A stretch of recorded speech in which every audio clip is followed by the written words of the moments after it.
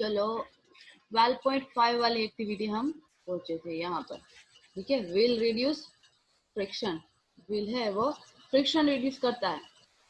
You must have seen attaches and other pieces of luggage fitted with rolls. ये आपने देखा होगा कि ट्रॉली बैग है, उसके पीछे ये व्हीलर होता है। ठीक है,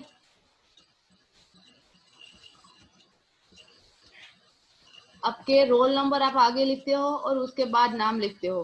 ठीक है, कोई अगर अकेला नाम लिखकर आएगा उसको एंटर नहीं करेंगे, ये याद रखना।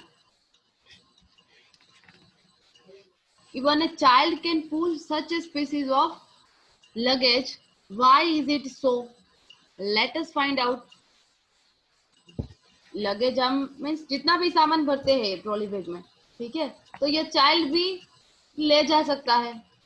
क्यों? क्योंकि ये व्हील अटैच करा है और जितना फ्रिक्शन लगना चाहिए अगर ये व्हील नहीं लगाते, ठीक है, तो कितना फ्रिक्शन लगता, बहुत ज्यादा लगता। क्योंकि इसको हमें क्या करना है, इसको नीचे रखते तो इसकी सरफेस कैसी होती, रफ सरफेस होती ना। ठीक है, रफ सरफेस होती, इतनी ज्यादा रफ, और ये मूवेबल भी नहीं है, मीन्स इसका रोटेशन भी नहीं होता। अगर हम व्हील लगा देते हैं तो ये इजीली मूव हो सकता है और इजीली उसको हम, कोई बच्चा भी इसको ले जा सकता है यहाँ से वहां तक। तो इसका मतलब है फ्रिक्शन कम करता है ये व्हील। ठीक है, इसलिए ये स्टेट दिया है आपको कि व्हील रिड्यूस फ्रिक्शन।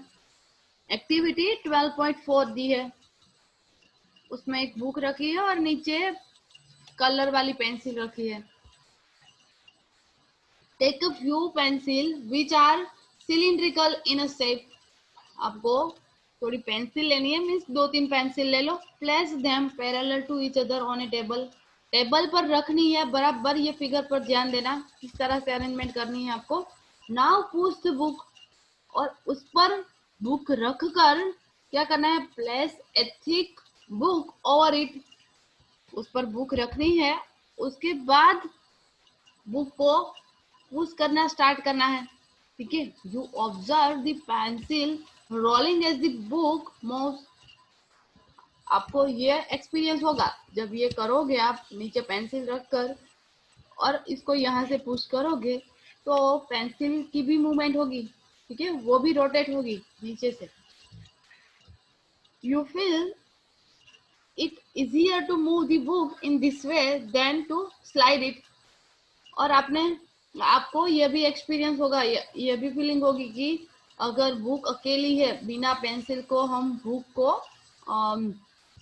ऐसे मूवमेंट देते हैं, ठीक है, पुश करते हैं, तो इजीली वो उसकी मूवमेंट नहीं होती।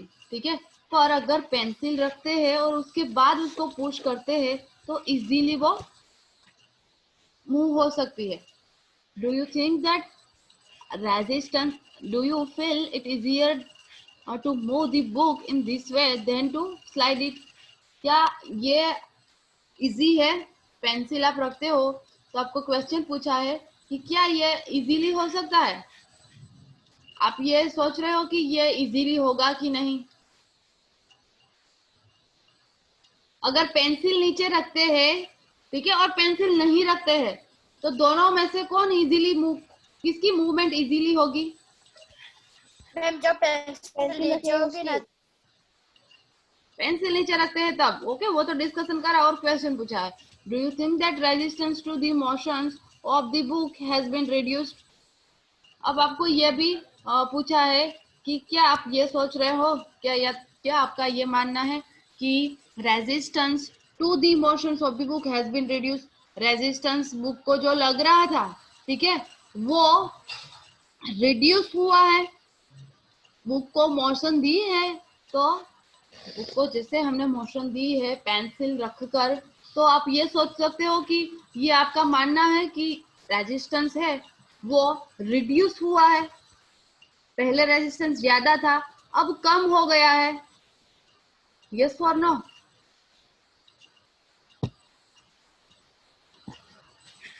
बुक अगर अकेली बुक है उसको हम पुश करते हैं तो रेजिस्टेंस क्या होगा, और बुक है उसको पेंसिल पर रख कर उसको हमने पुश करा होगा तो रेजिस्टेंस क्या होगा, कितना होगा, ज्यादा होगा कि कम होगा? चलो ये बताओ।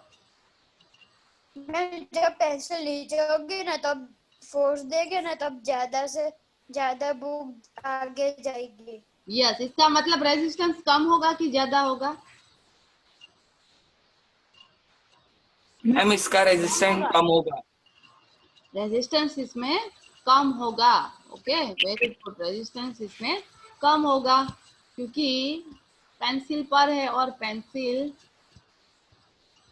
है वो मूवेबल कंडीशन में, इजीली उसकी मूवमेंट हो सकती है। Do you think that resistance, okay ये हो गया। Have you seen heavy machinery being moved by placing logs under it? Heavy machinery है, ठीक है, उसके बीच में लोग्स रखकर उसको उसकी मूवमेंट हम करते हैं, ठीक है। कोई मशीनरी है उसके नीचे क्या होता है पता है? हेवी मशीनरी, घर पे भी कोई ऐसा होगा, मे भी वॉशिंग मशीन होगा, ठीक है। वॉशिंग मशीन में नीचे आप देखोगे तो दो व्हील हो गए, या तो कोई ऐसा होता है जिसमें फोर व्हीलर मीन्स चार व्हील आते हैं, तो वो क्यों रखते हैं? क्योंकि वो इजीली अगर उसको हमें एक जगह से दूसरी जगह पर ले जाना है तो आसानी से हम उसको ले जा सके। When one body rolls over the surface of another body, अब मुझे बेटा प्रेजेंट लेकर एक भेज देना। ओके, प्रेजेंट भेज देना। 23 स्टूडेंट्स है, और कोई आता है तो ठीक है, पर अभी ले लो present. When one body rolls over the surface of another body, कोई एक बॉडी है जिसका रोलिंग मीन्स जो जिस पर रहती है, रोलिंग होता है, ठीक है। The resistance to its motion is called the rolling friction. अब कोई बॉडी है, मान लो कि मैंने वॉशिंग मशीन की बात करी, और वो बॉडी किस पर है, तो वो चार व्हील है उस पर है, ठीक है। तो चार व्हील है उस पर है, तो वहां पर जो रेजिस्टेंस लगेगा, थोड़ा तो रेजिस्टेंस उसमें भी लगेगा। वो हमें समझ में आ गया कि भाई व्हील नहीं था, व्हील नहीं था तब ज्यादा रेजिस्टेंस था, पर जब व्हील लगा दिया तब रेजिस्टेंस थोड़ा कम हो गया, तो उसमें भी थोड़ा फ्रिक्शन तो लगता होगा, ठीक है। फ्रिक्शन तो लगता होगा, वो जब उसकी मूवमेंट होती है, वो मोशन में आता है, तब थोड़ा रेजिस्टेंस तो उसको लगता होगा। तो ये रेजिस्टेंस है, उसको हम बोलते हैं rolling friction. Okay, the resistance to its motion is called the rolling friction। ये डेफिनेशन टिक मार्क कर लेना। ओके, ये इंपॉर्टेंट है। Rolling reduce friction. और अपना कैमरा ऑन रखना बेटा, कैमरा ऑन कर दो। देखो 8 स्टैंडर्ड के बच्चे तो इतने अच्छे हैं, कोई परेशानी नहीं, कोई इतना बोलता भी नहीं है बीच बीच में। और आपकी हर क्लास में मैं तारीफ करती हूँ कि आपसे तो अच्छा 8 स्टैंडर्ड के बच्चे हैं, आंसर देते हैं, ठीक है, कैमरा ऑन रखते हैं। और बाकी क्लास है उसमें तो क्या होता है कि उन लोगों को बोलना पड़ता है, भाई आप कैमरा ऑन करो, कैमरा ऑन करो, ठीक है। तो जो आपकी तारीफ होती है वो आपको इस तरह से रहने देनी है, ठीक है, मेंटेन रखनी है कि मैडम। मैंने के पर्सनल पे है ना वो अटेंडेंस भेज दी है। ओके बेटा, thank you. It is always easier to roll than to slide a body over another. कोई बॉडी है उसको रोल, रोल का मतलब क्या है, व्हील पर हम रखते हैं, तो वो ऑलवेज इजी होगा, ऑलवेज इजी होगा कंपेयर टू कोई बॉडी का, हम कोई बॉडी को हम स्लाइड करते हैं। स्लाइड का मतलब उसकी सरफेस है, नीचे वाली सरफेस है, और डायरेक्टली टच होगी किससे, तो ग्राउंड स्टेट है वहां पर टच होगी, तो वो स्लाइडिंग कंडीशन में बोल सकते हैं कि ये बॉडी है वो उसका स्लाइडिंग हो रहा है। और रोलिंग किसको बोल रहे हैं हम, कि जहां पर व्हील रखते हैं, ठीक है, जिस बॉडी पर नीचे व्हील रखा होता है, तो बोल सकते हैं हम उसको कि वो रोलिंग कंडीशन में है। तो रोलिंग कंडीशन में है इसका मतलब है वो, यस बेटा बोलो, हिट मैम मुझे एक डाउट था। बोलो।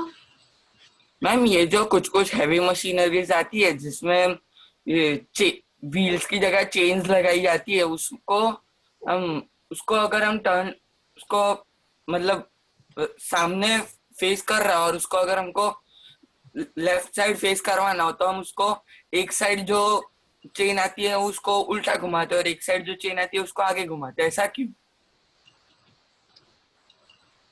अच्छा, तो उसकी डायरेक्शन चेंज करनी है बेटा, ठीक है। और अगर उसमें कोई ऐसा पार्ट दिया है जिससे हम उसकी डायरेक्शन चेंज कर सके, ठीक है, तो जिस डायरेक्शन में हमें उसको ले जाना है उसी डायरेक्शन में हमें उसको मूव करना होगा। मीन्स जो चेन आप बोल रहे हो, चेन का मुझे नहीं पता चल रहा, पर मैं इस तरह से अनुमान कर रही हूँ कि मान लो तू ये बॉडी की बात कर रहा है, ओके, और दोनों साइड चेन दी रखी है, ठीक है। चेन अगर नहीं दी है तो यहाँ पर कोई ऐसा पार्ट दिया होगा कि जहां पर हम पकड़ सके इसको, ठीक है।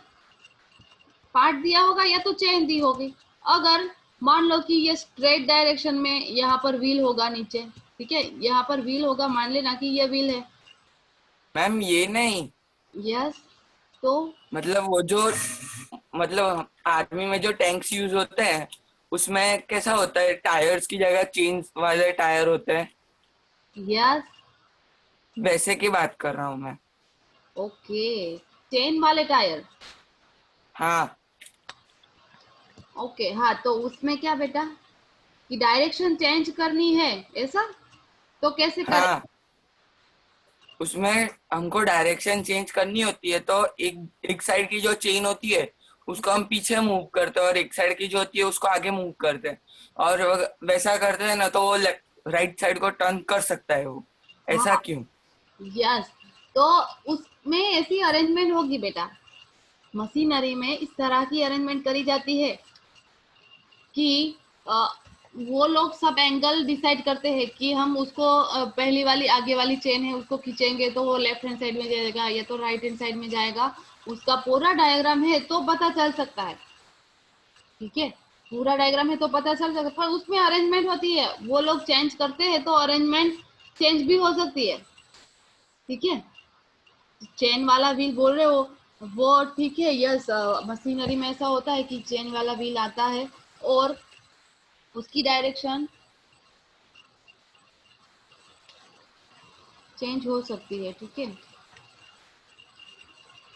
तो वो तो अरेंजमेंट के हिसाब से हमें देखना है कि अरेंजमेंट हमने किस तरह से दी है, ठीक है। ओके।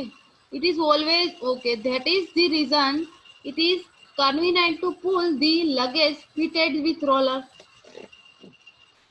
ये रीजन है, कौन सा किसका रीजन है कि कन्वीनियंट है, किसके क्या कन्वीनियंट, कन्वीनियंट किसके लिए रहेगा? तो कोई लगेज है उसको हमें पुल करना है, ठीक है। तो उसके साथ अगर हमें उतना लोड नहीं उठाना है तो नीचे हमें क्या करना चाहिए, व्हील रखना चाहिए या तो नीचे रोलर टाइप का रखना चाहिए।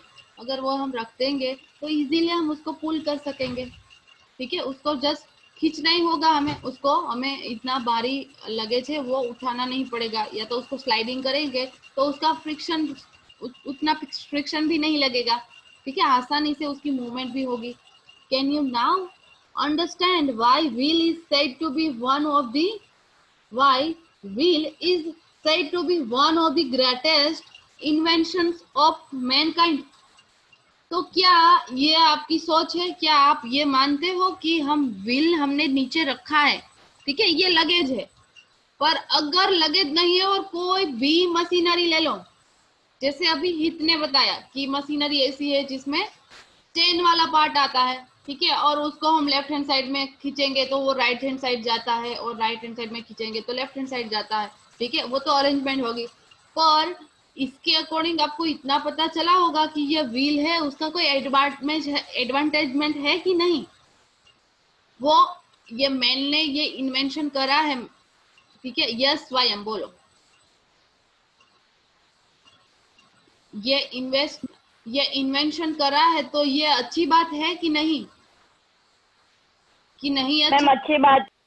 अच्छी बात है ना, क्योंकि ये अच्छी बात है। इन्वेंशन हुआ, यस मैम। यस, उसके बाद हम ये छोटी कोई वस्तु है, थिंक है, ठीक है, उसको भी हम आसानी से मूवमेंट कर सकते हैं। और बड़ी बड़ी कंपनी है, उसमें बड़े बड़े मशीन होते हैं, तो वो मशीन को भी एक जगह से दूसरी जगह पर हमें ले जाना है तो नीचे इस टाइप के रोलर फॉर्म में देते हैं, ठीक है, या तो चेन फॉर्म में देते हैं, तो आसानी से उसकी मूवमेंट हो सकती है।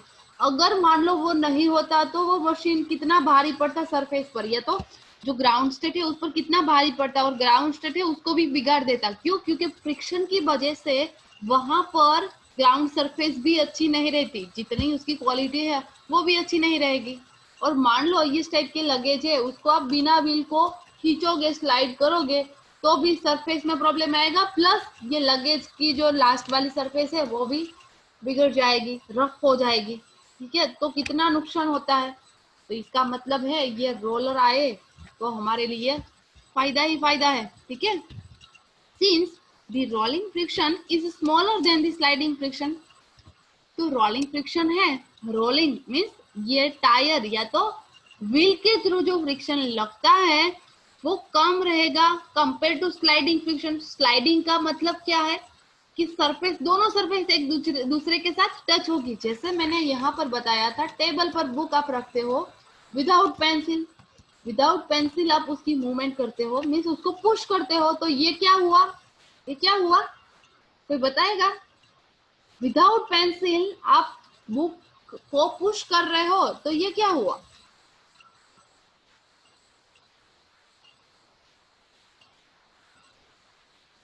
ये पुश आप कर रहे हो तो ये स्लाइडिंग फ्रिक्शन, यस, स्लाइडिंग हुआ, ओके, स्लाइडिंग हुआ, और उसमें जो फ्रिक्शन लगेगा वो स्लाइडिंग फ्रिक्शन है। और हमने ये बात यहाँ पर कर ली थी कि बुक के अकॉर्डिंग नीचे पेंसिल रखते हैं तो उसमें कम फ्रिक्शन लगता है, और अगर स्लाइडिंग करते हैं तो ज्यादा फ्रिक्शन लगता है। और फ्रिक्शन कम लगता है वो कौन सा फ्रिक्शन है? वो रोलिंग फ्रिक्शन है। और ज्यादा लगता है वो कौन सा है? स्लाइडिंग फ्रिक्शन है। Sliding is replaced in most machines by rolling by the use of ball bearings. अब हर एक मशीन में स्लाइडिंग है, उसको रिप्लेस करके बॉल बियरिंग्स मीन्स ये व्हीलर फॉर्म में रख देते हैं, व्हीलर फॉर्म में नीचे टायर के फॉर्म में रखते हैं मशीनरी के नीचे, जैसे हमने अभी डिस्कस करा। Common example are the use of ball bearings between hubs and the axles of sailing, fence and bicycle. Common example आपको दिया है बॉल बियरिंग वाला। ये बॉल बियरिंग क्या है भाई, किसी को पता है? बिटवीन हब्स एंड मैम क्या है? यस मैम, मेरे को पता है। यस बोलो मैम, बॉल बियरिंग में क्या होता है ना, एक सर्कल होता है, मतलब एक मेटल की रिंग होती है, उसके अंदर है ना बीच में मेटल बॉल्स रखते हैं, और उसके अंदर वापस एक रिंग होती है जो सारे बॉल्स को है ना बीच में बंद रखती है, दोनों रिंग्स के। और उसको बाद और हमको उसको किसी चीज में लगा देना, जो अंदर वाली रिंग है ना उसके अंदर हम मतलब कोई एक्सल या रॉड फंसा दे, और बाहर कोई टायर या समथिंग लगा देना, तो उससे हम दोनों साइड से हम उसको एक रोलर टाइप बना सकते हैं। बॉल बियरिंग है ना उसको इजीली घूमने के लिए मदद करता है। Yes, very good. जैसे आपने देखा होगा साइकिल में इस टाइप की रिंग आती है, ठीक है, बीच में ये मेटल की रिंग आती है, ठीक है, और उसमें इस टाइप का आपने देखा होगा बोल्ट मीन्स ये हब टाइप का, ठीक है। और यहाँ पर क्या होता है कि चेन होती है ना, और दूसरा व्हील है, दूसरा यहाँ पर छोटा वाला व्हील होगा, वहां पर भी ऐसा होगा, ऊपर ऐसा मेटल का हब वाला पार्ट होगा, ठीक है, पॉइंट वाला पार्ट होगा, जो चेन के अंदर आसानी से रह सकेगा। दोनों चेन है वो मूवेबल होगी। अगर एक चेन को आप मूव करते हो मीन्स यहाँ से आप पेडल लगा रहे हो, ठीक है, तो ये चेन है उसकी मूवमेंट स्टार्ट होगी। जैसे जैसे ये स्टार्ट होती जाएगी तो ये वाला व्हील है उसको भी वो मूव करेगा। क्यों मूव करेगा? क्योंकि यहाँ पर ये चेन है वो फिक्स हो गई है, होगी, ठीक है। ये आप आसानी से आई थिंक समझ रहे होंगे, क्यों? क्योंकि ये साइकिल वाला एग्जांपल है, ठीक है, आपने देखा है, ये आपकी साइकिल में ये होगा। यस और नो? Yes ma'am. ओके, तो ये yes ma'am. Common example are the use of ball bearings between hubs and the axles of ceiling fans and bicycle. Ceiling fans में और बाइसिकल में आपने ये देखा होगा, ठीक है, पेडल लगाते होगे तो ये वाला व्हील रोटेट तो होगा, उसके साथ में चेन है वो भी रोटेट होगी, क्योंकि अंदर भी यहाँ पर क्या होगा, खाली जगह होगी। वो खाली जगह किसमें फुलफिल होगी, तो ये वाला पॉइंटेड पार्ट है वहां पर होगी। ये फिक्स हो जाएगा, उसके बाद ये चेन है वो अपने आप मूवमेंट कर सकती है। पैडल लगाते हैं तो चेन की मूवमेंट अपने आप हो सकती है, ठीक है, हो जाएगी। तो ये वाली चेन है, ये व्हील है, उसको भी मूव करेगा। इसका मतलब हमारा पीछे वाला टायर है वो मूव होगा, अगर पीछे वाला होता है तो आगे वाला भी होगा, ठीक है। मैम यस, मैं बेरिंग बताऊं?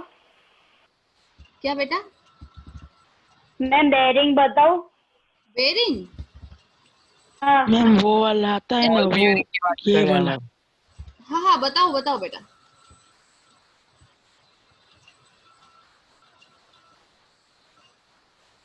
कौन बता रहा है मुझे? श्लोक। मैम शिवम। ओके, ये क्या है? शिवम, शिवम है। ओके ओके ओके, भाई देख लो सब, ये शिवम दिखा, शिवम वैष्णवी है, वो सबको ये बता। स्क्रीन पे लाओ तो, क्या बेटा? स्क्रीन पे दिखाओ तो। स्क्रीन पे आपको वो पार्टिसिपेंट में जाओ, पार्टिसिपेंट में नहीं पर कैमरा उसका ऑन है, आप देख सकते हो बेटा। ओके, मुझे दिख रहा है, इसका मतलब मोबाइल में तो ये बड़ा वाला दिख रहा होगा। ओके चलो, ठीक है, इस टाइप का आता है, बॉल पियरिंग हम बोलते हैं, इस टाइप का आता है। ओके ओके, चलो शिवम भाई, देख लिया सबने? देख लिया? देखो ये नीचे बॉल बियरिंग वाला, जैसे अभी शिवम ने बताया, ये नीचे आप देख रहे हो, देखो है ना, वही है, देखो बॉल बियरिंग वाला पार्ट वही है, ठीक है। ये दो फिगर बताई है, एक ऊपर है और एक नीचे है। ऊपर वाली फिगर थोड़ी डिफरेंट है, पर अभी ये शिवम ने बताया सेम वही है। नीचे ball bearings reduce friction, ball bearings है। मैम ऊपर वाली फैन में आती है, किसमें? फैन में। फिर से बोलो बेटा। मैम जो हमारे घर पे फैन होता है ना, यस, उसमें आती है। ओके हाँ, इसमें तो आएगी। अब ये ऊपर वाली फिगर है वो भी बॉल बियरिंग वाली है, और नीचे वाली भी आप देख सकते हो कि नीचे अंदर ऊपर वाली फिगर है उसमें अंदर होल है, ठीक है। दिखाई दे रहा है सबको? ये एरो दिख रहा है, मैं बता रही हूँ, ये बॉल देख रहे हो आप, ठीक है, यहाँ पर भी है, यहाँ पर भी है, यहाँ पर भी है, ठीक है। और जैसे अभी बताया शिवम ने, तो यहाँ पर वॉल है, यहाँ पर है, ठीक है, यहाँ पर है, यहाँ पर है। और मैम ये Yes. जो बॉल बियरिंग वाली टेक्निक है ना, हाँ? वो जो कुछ टाइप के रोलर्स आते हैं ना, जैसे कि हमारे किचन में जो ड्रोवर्स होते हैं ना, यस, कैबिनेट्स, उसमें भी उसका जो रोलर्स होते हैं ना, उसमें भी बॉल बियरिंग टेक्निक यूज करते हैं। दो स्ट्रिप्स होती है आयरन की, और उसके बीच में है ना ऐसे छोटे छोटे बॉल्स रखते हैं, और बॉल्स रखते उसको हैं। यस और स्मूथ करने के लिए उसमें थोड़ी सी ग्रीस या तो फिर ऑयल डालते हैं ना, तो वो ठीक से इजीली हो जाए, स्मूथ हो जाएगा ना, तो इजीली बाहर अंदर बाहर कर पाएगा। Very good. मैम स्केटिंग में भी यूज होता है। किसमें बेटा? स्केटिंग में। स्केटिंग में मैं स्केटिंग में, यस, स्केटिंग में भी यूज होगा। तो ये देखो आपको कितना पता है, और आपको भी याद आ रहा है इस टाइप के एग्जाम्पल, तो अच्छी बात है। तो मुझे नहीं लगता कि ये चैप्टर डिफिकल्ट लगेगा, फ्रिक्शन वाला, ठीक है। चलो अब नेक्स्ट टॉपिक आता है fluid friction. You know that air is very light and thin, yet it exerts a frictional force on object moving through it. Similarly, water and other liquid exert force of friction when object move through them. Water है या तो कोई other liquids है, वो force of friction है, वो लगाता है किस पर? तो कोई ऑब्जेक्ट उस पर मूव हो रहा है, ठीक है, ऑब्जेक्ट की मूवमेंट उस पर हो रही है। कैमरा ऑन कर देना बेटा, कैमरा ऑन रखो, ठीक है। ऑब्जेक्ट की मूवमेंट उस पर लग रही होगी, मीन्स ऑब्जेक्ट उस पर मूव कर रहा होगा, तब उसको फ्रिक्शन लगाएगा। वाटर है तो वो, मान लो कि वहां पर स्टीमर है तो वहां पर फ्रिक्शन लगाएगा। In science the common name of gases and liquids, gases और लिक्विड्स के कॉमन नेम्स आपको आई थिंक ऊपर दिया होगा। इज फ्लूइड, ओके, ये क्या है, फ्लूइड है। साइंस में कॉमन नेम दिया है गैस और लिक्विड, ठीक है, उसको बोल दिया है ये फ्लूइड है। क्यों फ्लूइड है? क्योंकि उसमें भी मूवमेंट होती है, ठीक है। वाटर में भी स्टीमर होती है या तो नाव होती है, ठीक है। और बात करें हम एयर की, तो एयर में भी क्या होता है भाई, क्या हम एरोप्लेन चलाते हैं या तो प्लेन चलाते हैं, ठीक है। तो वो एक टाइप का हमारे पास मीडिया है, ठीक है, वो एक टाइप का मीडिया है जहां पर मूव कर सकता है कोई भी object. So we can say that fluids exert force of friction on object in motion through them. तो हम बोल सकते हैं कि फ्लूइड है वो फोर्स ऑफ फ्रिक्शन लगाएगा। फोर्स ऑफ फ्रिक्शन क्या है? फोर्स ऑफ फ्रिक्शन क्या है ये हमने देख लिया है, ठीक है। फोर्स ऑफ फ्रिक्शन, फ्रिक्शन की, फ्रिक्शन को निकालने के लिए, फ्रिक्शन नहीं कम करने के लिए हम फोर्स लगाते हैं, ठीक है। On object in motion through them, means ये कोई भी फ्लूइड है उसमें, मीन्स ये एयर वाला या ले लो या तो वाटर वाला ले लो, ठीक है। तो उसमें ये फोर्स ऑफ फ्रिक्शन तो लगेगा, पर उसको कम करके मूवमेंट हो सकती है। The frictional force exerted by fluid is also called drag. देखो ये येलो वाला पार्ट है, उसमें आपको ड्रैग का बताया है कि frictional force exerted by fluid, fluid की वजह से जो फ्रिक्शनल फोर्स लगता है, ठीक है, फ्रिक्शनल फोर्स लगता है, उसको हम ड्रैग भी बोल सकते हैं, DRAG, okay. The frictional force on an object in a fluid depends on its speed, speed पर डिपेंड्स करता है with respect to the fluid. Frictional force किस पर डिपेंड्स करेगा? ऑब्जेक्ट पर डिपेंड्स करेगा। Object on in a fluid depends on its speed with respect to the fluid. उसकी speed है कितनी है, ठीक है, फ्लूइड में उसकी स्पीड है वो कितनी है। The frictional force also depends on the shape of the object and the nature of the fluid. Frictional force है वो ऑब्जेक्ट का शेप है उस पर भी डिपेंड्स करता है, और फ्लूइड का नेचर कैसा है उस पर भी डिपेंड्स करता है। फ्लूइड क्या है अभी बता दिया कि लिक्विड, मान लो लिक्विड है या तो एयर वाली कंडीशन हम लेते हैं, ठीक है, फ्लूइड में। It is obvious that when objects move through fluid, they move overcome friction acting on them. ये हमें पता है कि ऑब्जेक्ट की मूवमेंट हो रही है, ठीक है, थ्रू फ्लूइड, फ्लूइड के थ्रू हो रही है। इसका मतलब है they have to overcome friction acting on them. उस पर जो फ्रिक्शन लग रहा है उसको ओवरकम करके वो आगे जाएगा।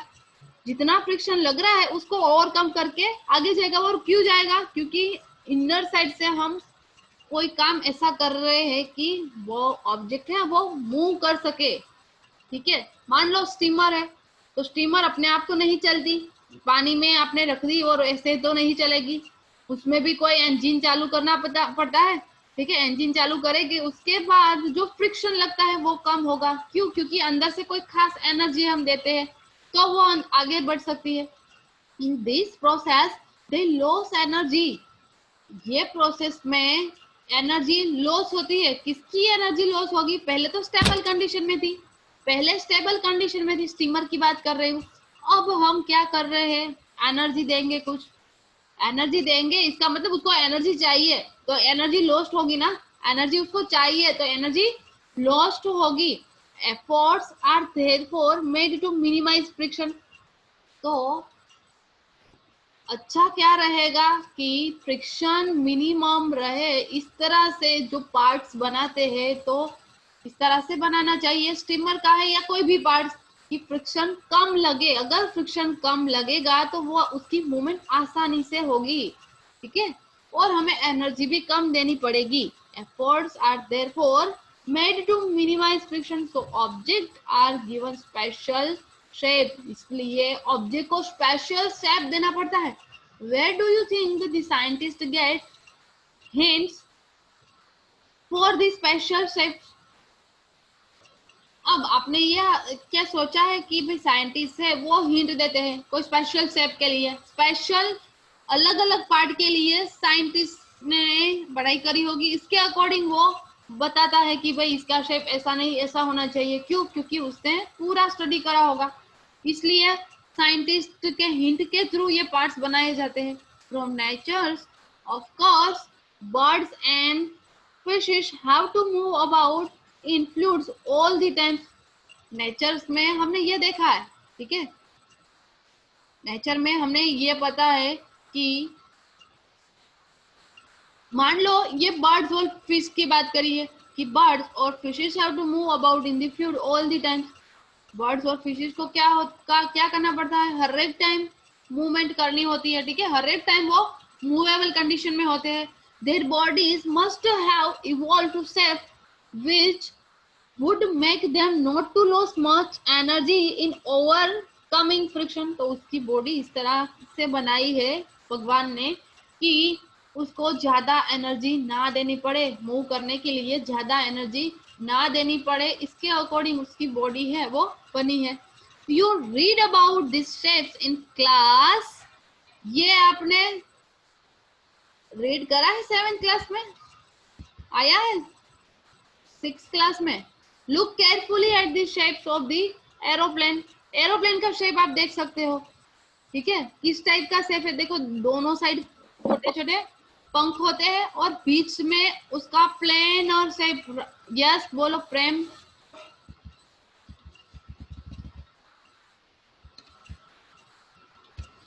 आपने अपना हाथ ऊंचा करा था, कोई बात नहीं, चलो।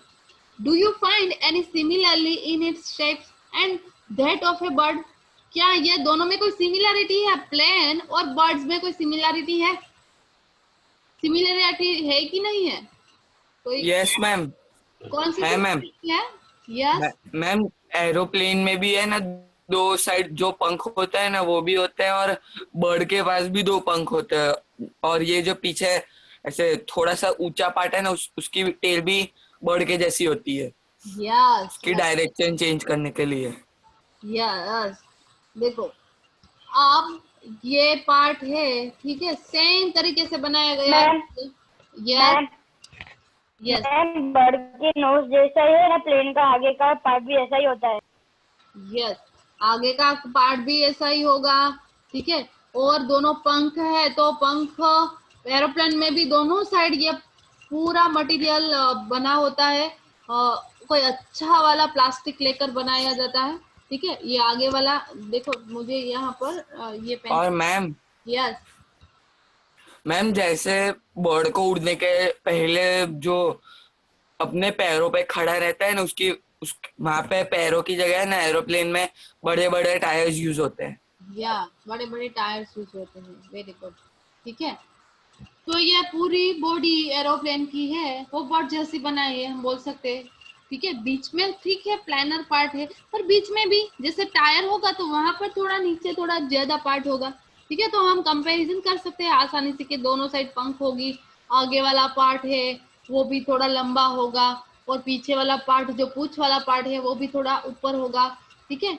तो ये सारा बनाया है बर्ड जैसा। In fact, all vehicles are designed to have a shape which reduce fluid friction. तो और मैम एक और चीज भी है। यस ये बर्ड का जो स्कल होता है, मतलब ये जो उसकी आंखें है यस बर्ड की, उसकी जगह है ना एरोप्लेन के अंदर पायलट का जो कैबिनेट होता है उसके अंदर विंडोज होती है, उससे पायलट देख सकता है और वहां से उड़ा सकता है उसको। यस आगे पायलट की विंडो होती है और वहां पर वो देखकर उड़ा सकता है। यस ऑफ कोर्स, ठीक है। तो ये दोनों में सिमिलरिटी है, और दूसरे व्हीकल भी इस तरह से डिजाइन करे जाते हैं, उसका शेप इस तरह से बनाया जाता है कि कम से कम फ्रिक्शन लगे, अगर कम से कम फ्रिक्शन लगेगा उसका मतलब है हम एनर्जी कम पाएंगे, ठीक है, एनर्जी हमें। ओके, बाय बाय नहीं करना है बेटा, लास्ट मिनट वैसे भी हमारा ये चैप्टर खत्म हो गया है, देखो, ठीक है, तो बाय बाय ही करना है, ऐसा जरूरी नहीं है कि हम कंटिन्यू लेते रहेंगे। तो आपको क्या करना है, ये 12th वाला चैप्टर कंप्लीट हो गया, नेक्स्ट हम 13 चैप्टर चालू करेंगे, पर उससे पहले मुझे ये चाहिए आपका होमवर्क, ठीक है। हाँ मैम। और होमवर्क में नहीं पता चलता है तो आप मुझे कॉल करके भी क्वेश्चन पूछ सकते हो, ठीक है, पर होमवर्क आपको कर लेना है, ठीक है। चैप्टर खत्म हो गया, 13 वाला स्टार्ट होगा नेक्स्ट क्लास में हमारा। ओके, चलो, जय स्वामीनारायण। बाय मैम, जय स्वामीनारायण। बाय। बाय मैम, जय स्वामीनारायण। जय स्वामीनारायण।